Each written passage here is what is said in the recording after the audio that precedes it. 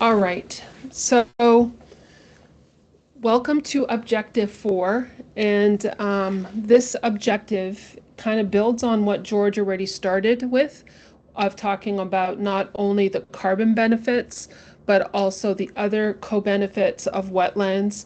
And the Objective 4 was to develop robust estimates of the synergies and conflicts or trade-offs of wetlands as nature-based solutions for carbon storage versus those other benefits. And so I just wanted to share with you this team, and I have, in the interest of full disclosure, and I know Pascal is fully aware of this, and as are other members I've had discussions about this objective. I think this objective has been undergoing a catharsis of trying to identify what it can do and what it can't do. We have identified people that we've had conversations with, but this is not intended to be an exclusive list. And we invite, if not plead, for others to join us. Right now, the team members include myself, James, Lauren, Sherry, Claire, who is a consultant from Fiera Consulting in Edmonton, as well as Pascal. But these really reflect those who we've had conversations with, and we really want this to be open to everyone of the network that are interested in participating. The purpose of this cluster is to bring together expertise in measuring the atmospheric regulation, flood drought mitigation, water purification, and biodiversity benefits, as well as modeling functions, benefit relevant indicators, and the benefits to enable the exploration of synergies and conflicts among them. And so I really view this Objective 4 to be an opportunity to do a knowledge synthesis from Objectives 1, 2, and 3 to generate action-oriented, scalable tools to inform wetland policy as well as management frameworks. And so I've asked this question repeatedly over the last few months. Why are we doing this? And I believe that we need scalable planning tools to assess wetland functions and benefits.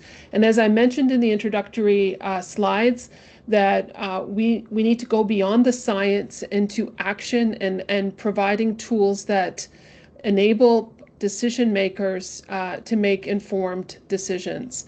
And so that's where Objective 4 is situated. We know that wetlands provide benefits.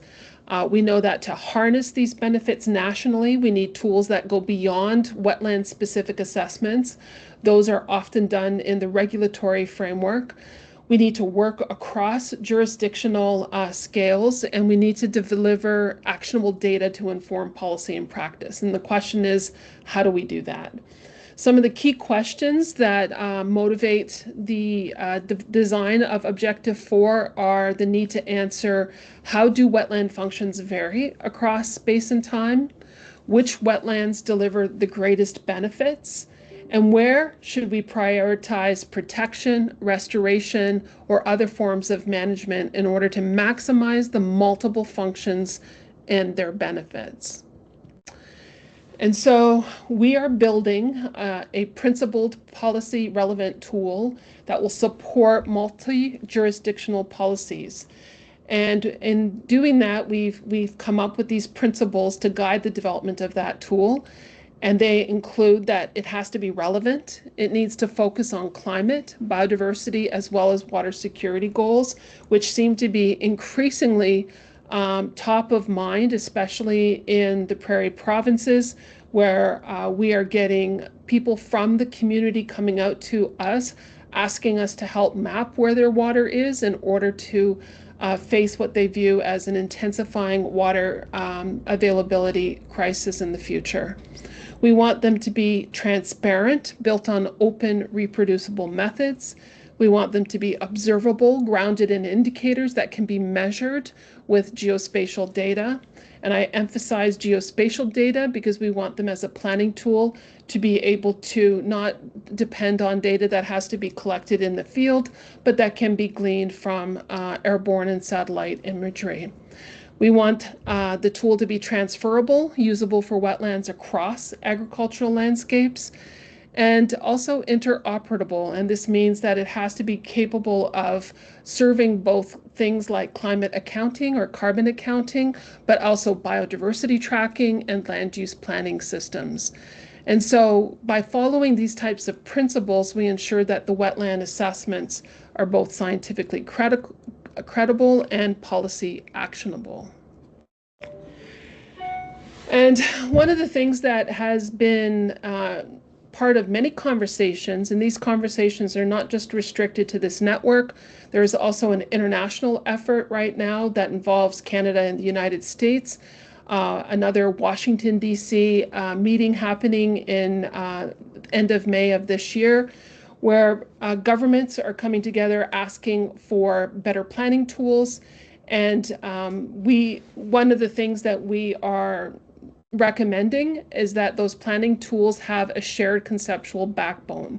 And so if you are going to develop wetland assessment tools at a local level, a municipality level, a provincial level, a national level, that conceptually the backbone of those functions and how the indicators that are used to derive them should be shared or common. So to be able to scale up and down assessments from individual wetlands, we need that conceptual backbone that links wetland structure, the wetland functions, the GIS and remote sensing indicators, as well as policy relevant metrics. And so by having that shared conceptual framework, this will allow for consistent, scalable, and targeted assessments that support natural climate solution implementation under the CAF program, but also under the Nature Smart Climate Solutions Fund program. So some of the discussions that we've had, in particular with scientists from Ducks Unlimited and the consulting and myself, is who are we building this tool for? Who are the intended users? And we are still considering this, and we welcome feedback, but based on our collective experience as to where the rubber hits the road, where the implementation of some of these restoration projects occur, we feel that the planning tool will have the greatest impact by serving municipalities as well as wetland conservation agencies such as Ducks Unlimited Canada. So that's the section of the presentation that describes what we're doing and hopefully gives you a compelling rationale for why we're doing it. Immediately, we have to now turn to, if we're going to build it, what are we building? And it becomes super important to clarify key terms that underpin these wetland assessments. And these key terms in particular are what is a function, what is an ecosystem service supply, and what is a human benefit. I admit that this is still under construction, meaning I'm still not sure that we have complete consensus about how we are using these terms. The figure on the right was provided by Sherry Clare from Fiera Consulting, and she's recently done a lot of deep thinking in this regard. And she diagrammatically shows the link between ecosystem function and condition, which are basically measured by ecological indicators, shifting to something that is referred to as the ecosystem service supply, which is measured by benefit relevant indicators, and then the societal benefit, which is the social or economic benefits of that function. And so I just want to go through customizing this for our purpose. When we talk about wetland function, we're talking about the hydrological, biogeochemical, and ecological processes that wetlands perform, which is independent of human use. And the example I give here is things like photosynthesis and respiration. The wetland service supply, which is estimated by benefit relevant indicators, is the capacity of a wetland to provide ecosystem services that are potentially beneficial to people. And here I give the example focused on carbon of carbon sequestration. And then finally, the wetland social and economic benefit is the actual realization of human well-being outcomes from the wetland services. And this is shaped by access, demand, and policy. And one example given here is the marketable carbon credits. Now, I have to share with or reveal to you that my example here is not consistent with that of what was recommended by others in the team. And we definitely need to work towards a consensus on how we're using these terms. And I would love to get greater feedback from anyone interested in contributing in this regard to help us reach that consensus. But moving forward, I'm going to stick with these terms.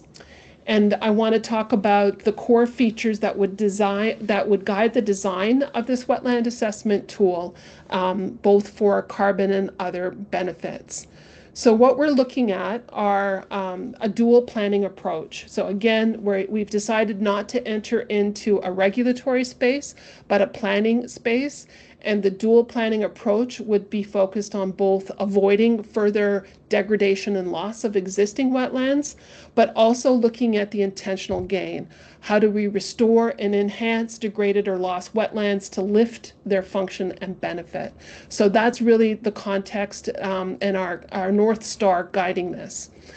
We want to build a centralized data repository, which will integrate environmental and socioeconomic data sets. We want this to be able to support the evidence-based decision making. We want to have scalable planning units that support flexible application. And here we're even going down to individual neighborhoods, municipalities, watersheds, and provinces. Even though the focus is on potentially municipalities, we want to be able to downscale and upscale. We also want to have a dynamic calculator engine so that we'll have real-time scoring and the recalculation of scores as things change on site, and have it adapted to any selected planning unit. And finally, we would really aspire to include the function to benefit translation. So again, the functions measured using standardized and normalized ecological indicators, and the benefits translated into clear social and economic outcomes. And so now I want to give you some ideas of our step-by-step approach to building the tool. And because this is where my headspace has been most recently, I'm going to give you the example of the wetlands function of atmospheric regulation by storing carbon and reducing methane emissions. And so first of all, I want to remind everybody about all the work that has already been done under Objective 1 and 2 that really enable us to be able to do this work. And so when we look at the carbon function and benefit relevant indicators, we see the cartoon that David Lobb introduced. We talk about things happening within the wetland, but we also talk about the terrestrial exchange with the local contributing catchment, and then as Shield described, across the multiple contributing catchments in a wetland scape. I've also identified individuals that are looking at, if you can imagine this landscape profile as an elephant, some people looking at the ears, some people looking at the tail, and really what the opportunity is with Objective 4 is to bring all those different pieces together to come up with an overall wetland assessment function and benefit tool. So to give you an example of looking at the within and the exchange, the tool looks at the function as indicators, the benefit relevant indicator, and then the benefit. And as I mentioned, the benefit relevant indicator that I'm proposing would be the potential carbon sequestration. This is just one example. And the benefit of that would be what the benefits are by reducing greenhouse gases in the atmosphere, as one example. So if we're starting to look at what that formula could be, carbon storage is a function of the within functions. That's the internal wetland carbon storage and greenhouse gas mitigation potential. The exchange functions, which are the wetland exchange of carbon with the surrounding environment or contributing catchment. And something that Sherry suggested that we introduce, which is called the lift function. And that is something that you get a carbon gain through restoration or enhancement of that wetland. Some of the details, and this now brings together the work, and I've done this over the past few days, so it may not be complete, but I hope it gives you an idea that much of the work, especially my PhD students, Prabhasha and Shiju, but many others that can contribute to this, is the within carbon sequestration processes. And so we know the indicators would include things related to photosynthesis or production of carbon, the species, which influence the type of refractory or labile nature of the carbon based on the carbon to nitrogen ratio. We're also interested in soil mineral interactions. For example, clay binds carbon and forms aggregates, protecting organic carbon from rapid decomposition. The redox potential, we all know the importance of redox in terms of affecting microbial activities and processes that support decomposition and increase carbon storage, but also increase methane.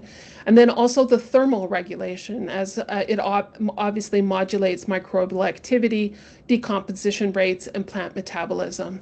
This is not an inclusive list, but I invite anybody who wants to join us in building this tool to suggest what other functions might be necessary, and also to suggest indicators that could be used, again, GIS remote sensing indicators that can be used to estimate them.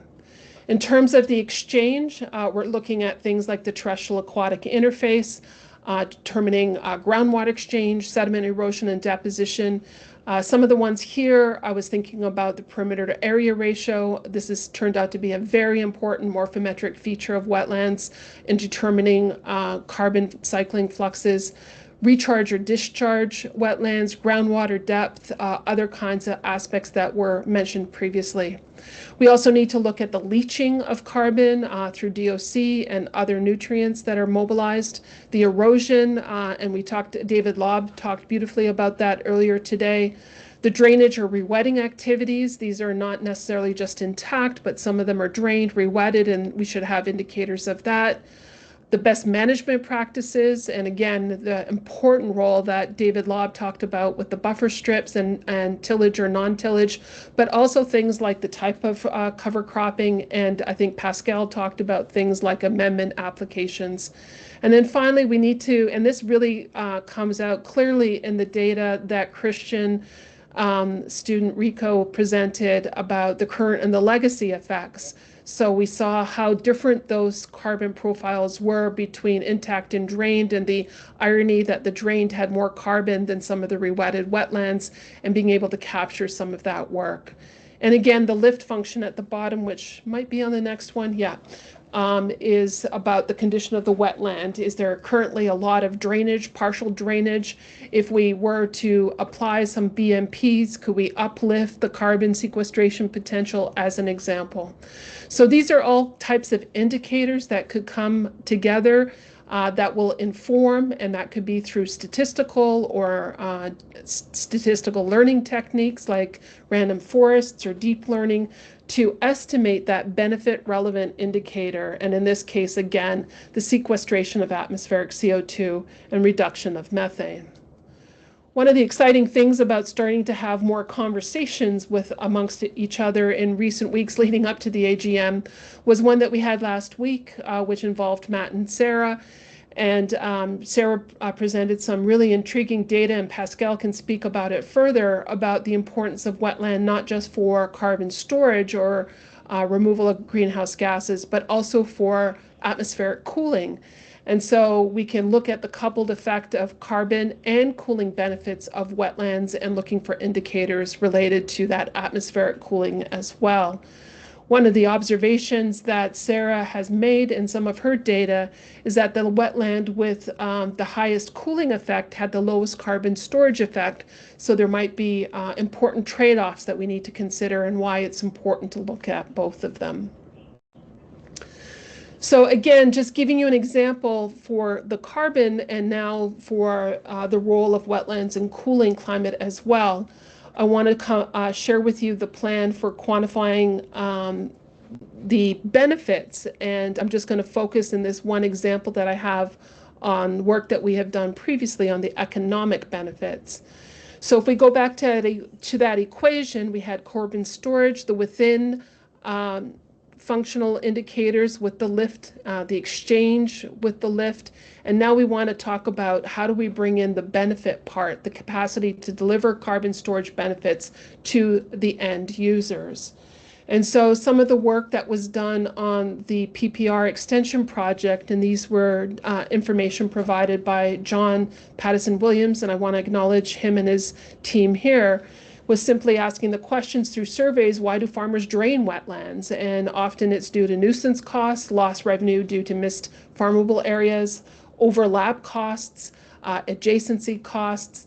And when we look to why do farmers often retain wetlands, it's because the wetlands are marginal, they're unsuitable for farming, or that the wetland drainage costs too much, and so they just keep it as it is, or that they provide these non-carbon ecosystem services.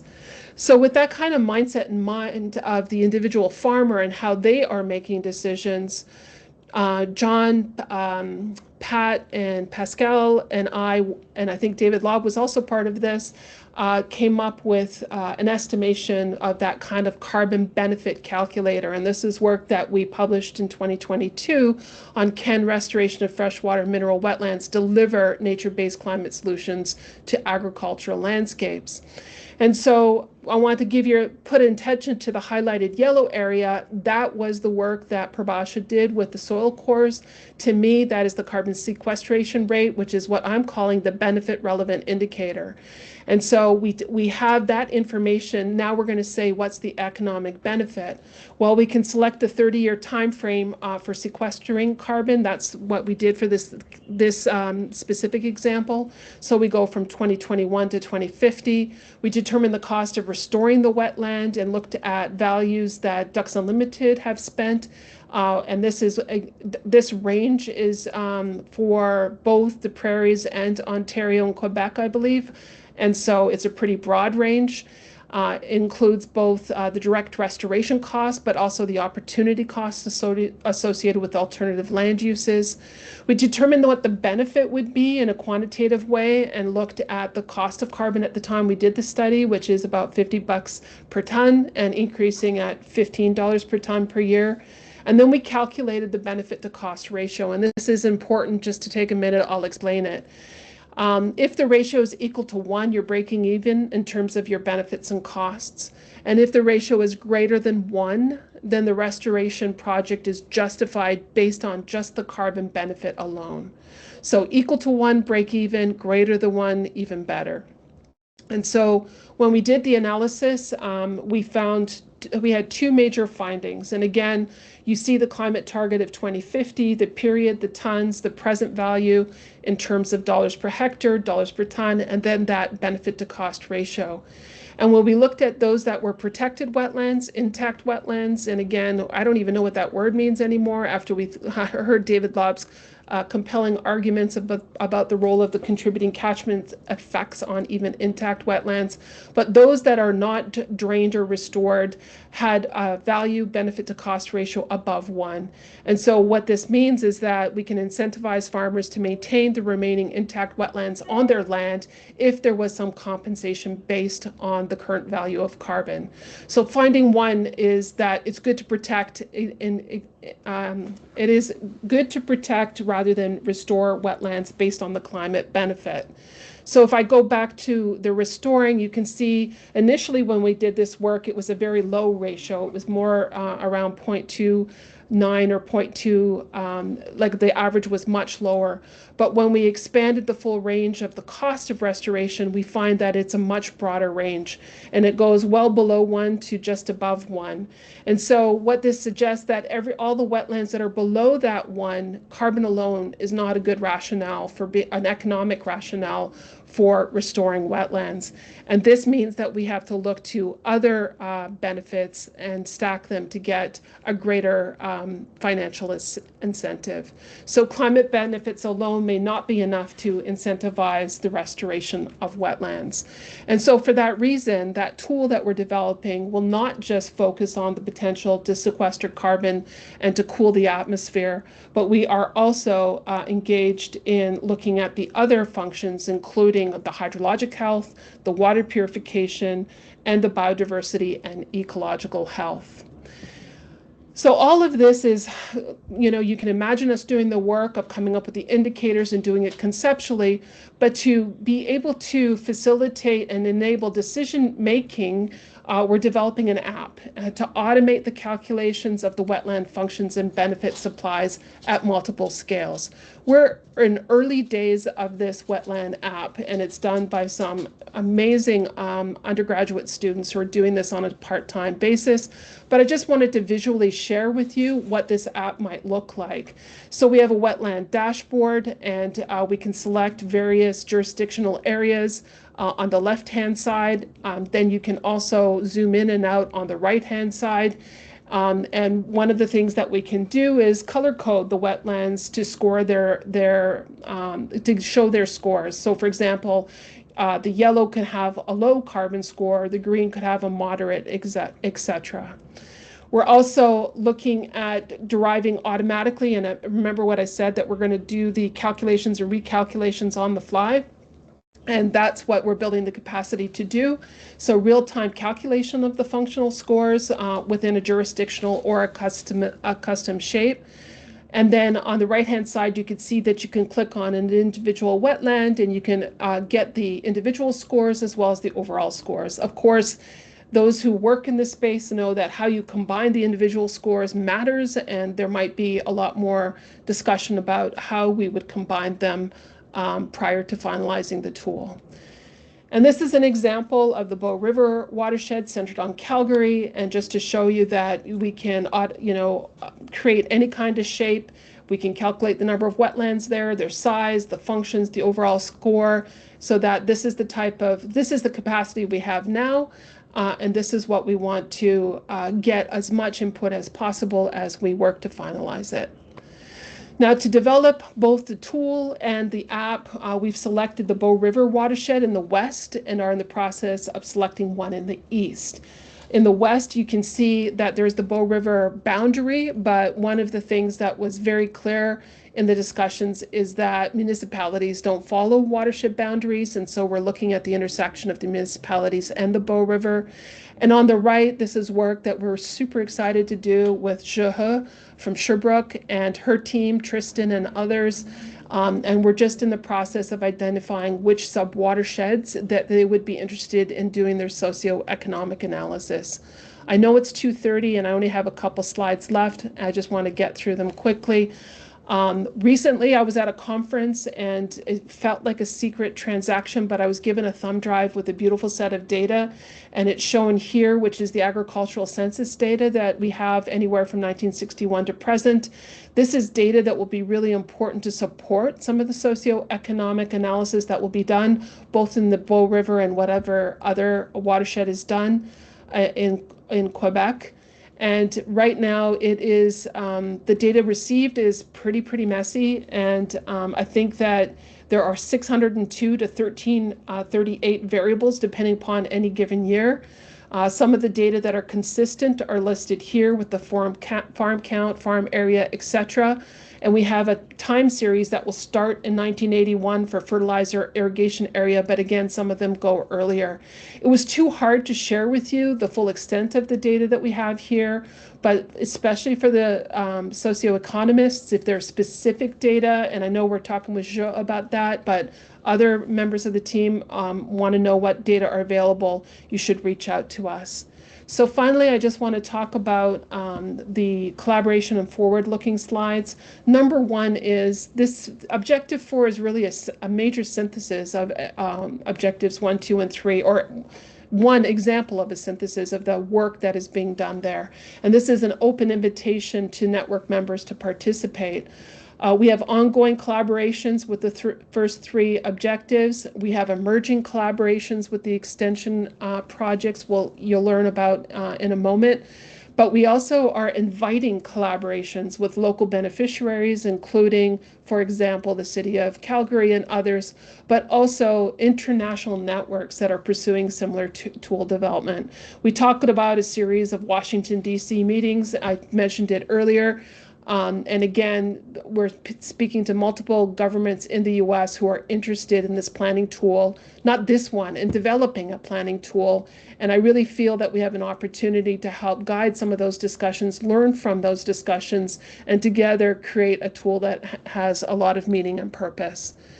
And then finally, I want to talk about, we all can benefit from additional resources. We're going to be able to do a prototype of the app, but if we want it fully functional, it would be great to get more resources, whether they're people resources, those interested in developing the app, or financial resources to pay for those that we already have.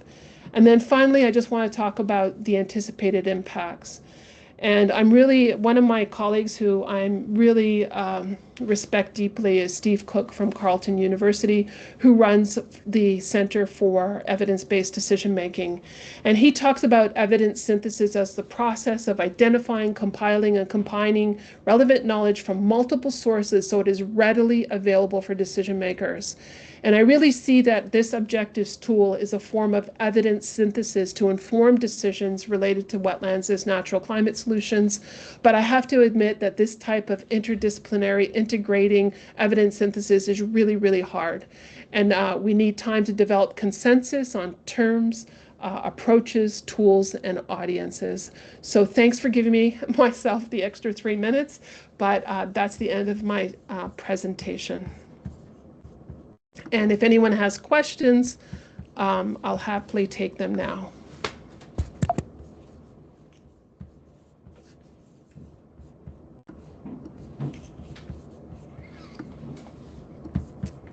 Yes, sure.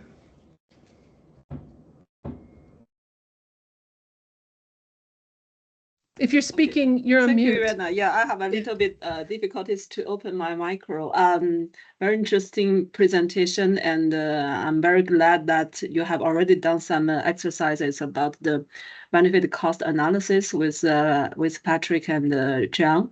And my question is about I see that for the other kind of ecological ecosystem services, you're using a kind of weighting to calculate. Do you have any intention to go to the monetary units to make some kind of the addition much more directly between different ecosystem services, or you will stay on the weighting system that you have? No, that's where I hope our collaboration will go, that you and Tristan and others, because I'm reaching the utter limits of my skill set, and I need to bring in the economists to help us do that. And so that's why when I look at the census data as an example, it's a tangled weave of opportunity that I don't really know how to decode and I need your help to identify what are the metrics that are important for an economic analysis or a monetary analysis. So I think that now is the perfect time that we've shared with you what we can do in a very hopefully clear manner. And now it's how do we allow you to take that information or help us work together to quantify that on a monetary scale. Yeah, I think that we can do something together, and to plug something like the carbon price that you used. What you need is this kind of the price per units of the services. And I think that in the literature, already existing literatures, we can find some informations, and we want to get something much more Canadian based, and some work should be done. Yeah, I'm really excited about that. Yeah, absolutely. And we'll continue to talk because we have been talking regularly. Roy, I want to talk about the clarification of terms, and I'm fully aware of the decades of work of terminology here, and yet when we had the meeting of minds, I changed, for example, just to be specific, that the functional indicator was carbon sequestration, and I thought the functional indicators were the other ones that I listed, and I thought that the benefit relevant indicator was the carbon sequestration. And so like it matters like how we view this, because I was thinking a lot of Je when I framed this presentation. I got to say I was channeling you, Je, because you and Tristan at the meetings that we have on the Great Lakes Extension Project talked a lot about wanting to do the economic analysis. And so when you look at that and you think about the word service, and that's a service for people's benefit and social and economic benefit, we wanted to say, what indicators directly link to something that could be quantified like that? So Roy, even amongst the team that did meet, there was a lack of consensus despite recognizing this time, despite recognizing the rich literature in this space. But if you, Roy, have perspectives on how I framed it versus how others in the team would have framed it, I would love to hear that as well. And thanks for the question, Roy. Anybody else have any questions?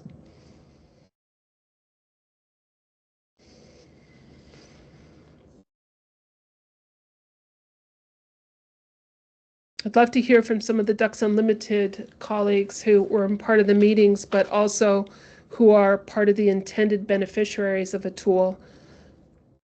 What are your thoughts on this? Is this something that you would see that you would use?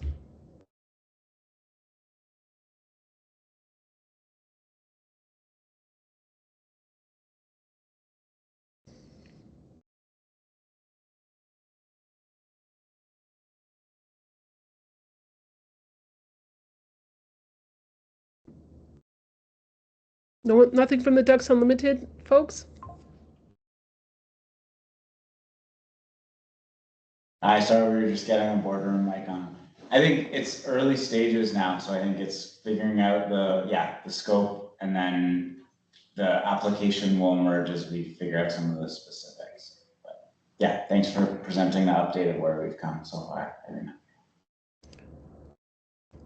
Thanks, James. A lot of the work that we have focused on has been on the water quality one, actually, and also we are going to lean heavily on Ducks Unlimited for the biodiversity one, which basically exists, and we're just going to be able to use a lot of the work that James and Lauren and others at DU have done.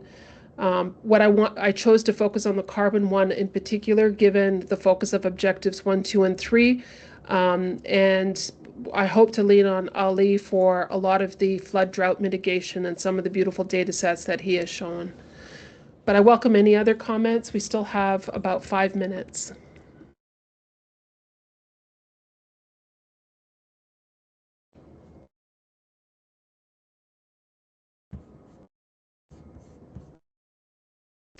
Christian. Are you also including potential benefits of other elements, for example, the mitigation of downstream eutrophication, algae blooms, and so on? Yes, you can feel immediately how overwhelming this might be. We are doing it starting with individual wetlands, but we are definitely looking at the upstream, downstream benefits. In terms of David Lobb, I can't imagine doing the upwind, downwind benefits. And I know, as Pascal mentioned under Objective 2, that his interest in looking at the movement of carbon through the air in terms of pollen or organisms like insects, I think that's beyond the scope. But I do think it is within scope, Christian, to look at the upstream, downstream benefits in terms of water quality, at least, and hopefully carbon movement. What is the watershed in Quebec that you are discussing to look at? Is it the Richelieu or?